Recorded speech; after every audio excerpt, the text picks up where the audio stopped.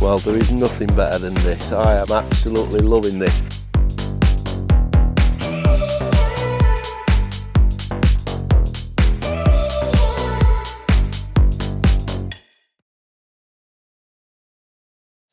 Hello and welcome to a little bit of pole fishing at the fantastic Lindholme Lakes.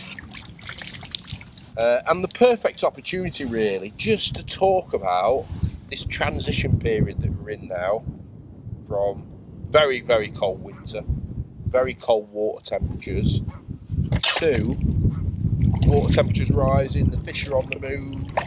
All of a sudden the weights on commercials have literally lifted off over the last week.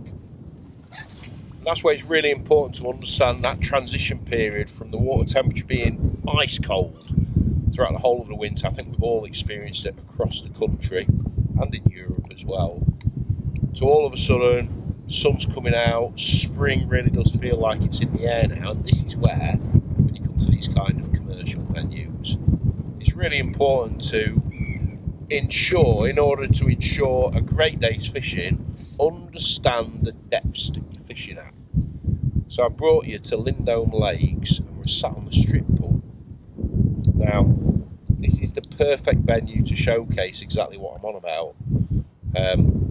2 weeks ago, I'm fishing shallow today. 2 weeks ago I wouldn't have had a single bite, maybe even on the deck, let alone fishing shallow. But all of a sudden the light increases during the day, the water temperature has that slight rise, and as with all nature at this time of the year, immediately they want to get some food in the bellies. And that is why I brought you here, because we're going to catch loads of fish. So what I want to talk to you today is, in a way, the simplicity of tackling these kind of venues at this time of the year. So all I've set up today is the pole. Because with the pole alone, you've got a lot of depth to think about, a lot of options to cover. Now this lake is full of F1s, it's got all species in, but a lot of small F1s, and it's great fishing. And across the country you can go to these kind of venues with a very simple bait approach and have a great day's fishing. And also from a match competitive point of view, you can really focus on how to catch the fish just with the pole. So I've set up two options today. I've set up a short pellet line where I've actually started the day whilst I've been priming that shallow line, because on the contour here it's quite deep on the long pole. So immediately, as soon as I've plummeted up, I thought, right, it's too deep for the long pole.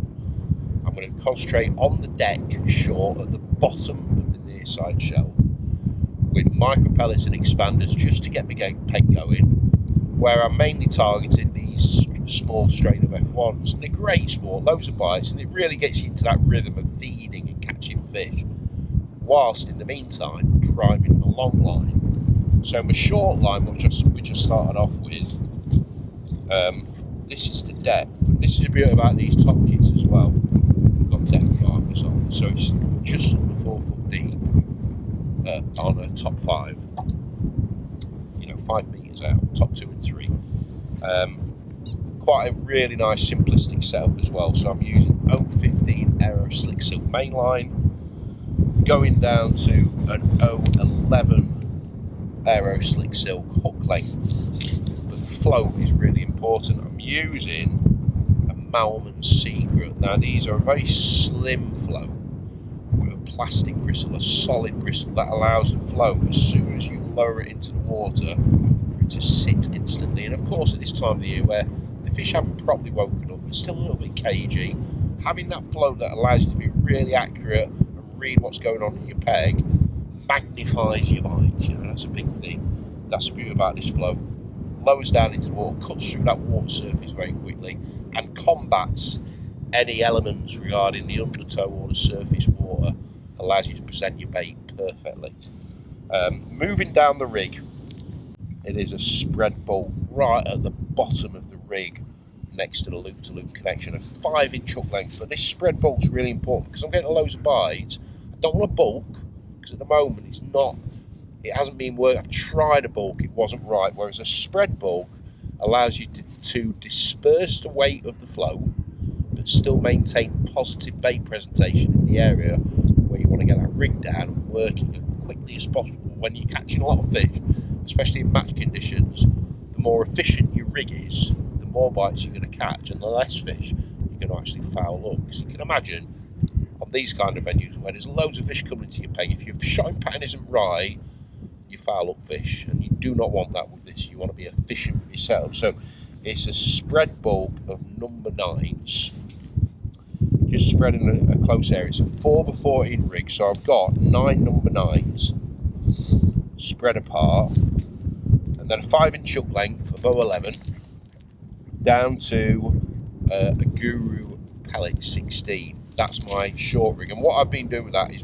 cupping in a few micro pellets, fishing a soft normal expander on the hook.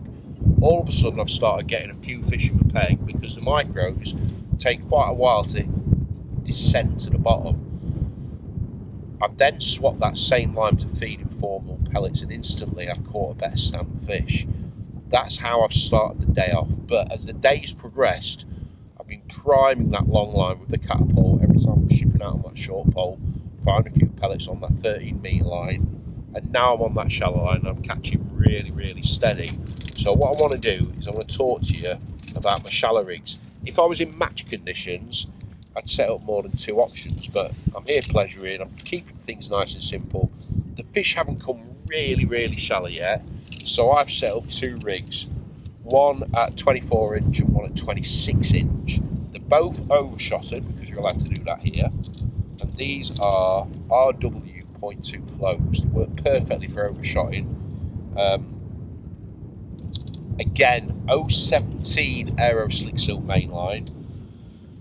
Just a slight difference with both of the rigs, that although they're the same weight rig, I've got a bulk former lighter rig which is at 24 inches, just a straight bulk, but I've got double bulk for the rig at 26 inches. I just think that dispersion of weight helps the rig straighten up a little bit quicker when you're lifting and dropping all the time, and it's minimal weight on the bottom third of the rig where sometimes it can actually cause your hook bait to work a little bit too quick when they're a little bit lethargic at the moment. Maybe in a few weeks time when it warms up, all that bulk will be all together, but that's been working really well today.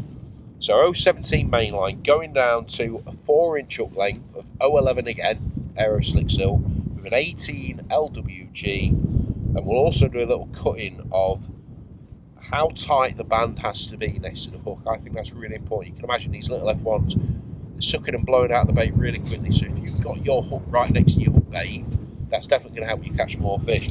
That's the rig. So let's follow through with hopefully catching a few fish out there. So I'm picking up the shallower rig now, put a 4mm pellet. All I'm doing is I'm loose feeding pellets on this long line.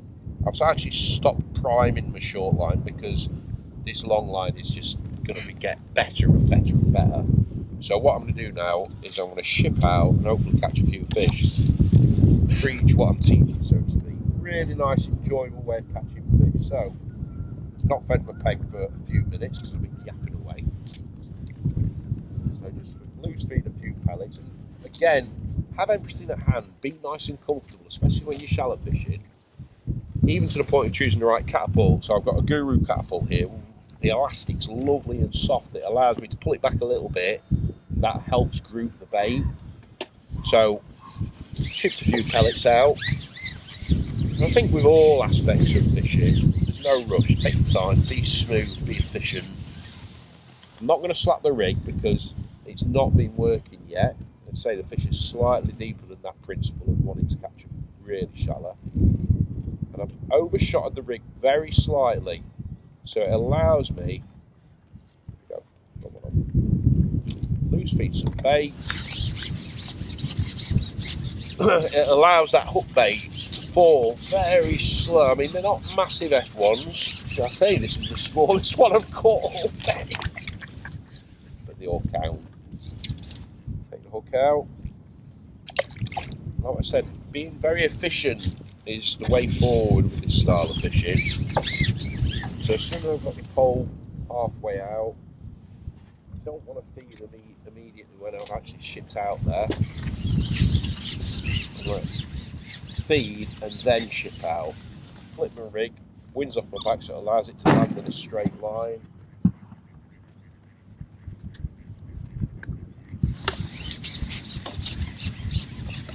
I'll tell you what, this is so enjoyable, especially after such a tough winter we've had. To come to somewhere like this and catch a fish every chuck is proper fishing medicine.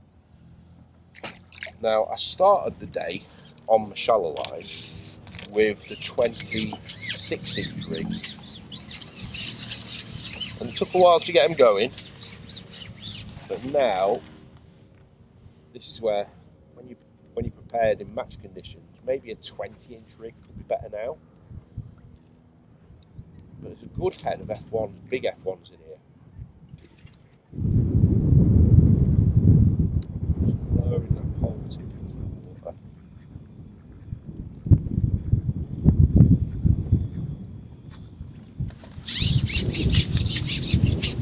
Having the right elastic is really important as well. Nice soft elastic. This is an 8 Holland. So minimal pulls, and especially using a shallow top kit, there's less elastic in the top kit, therefore it bottoms out a little bit quicker. So if you are allowed to swing fishing, which I am here, especially for this stamp fish, it really does speed up that pull process.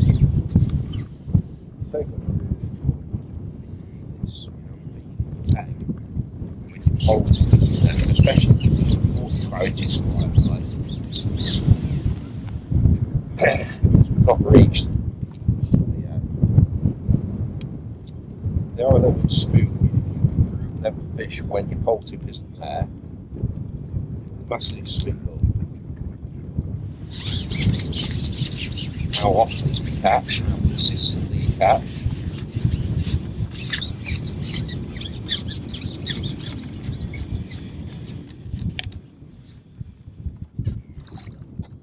Awesome. Absolutely awesome.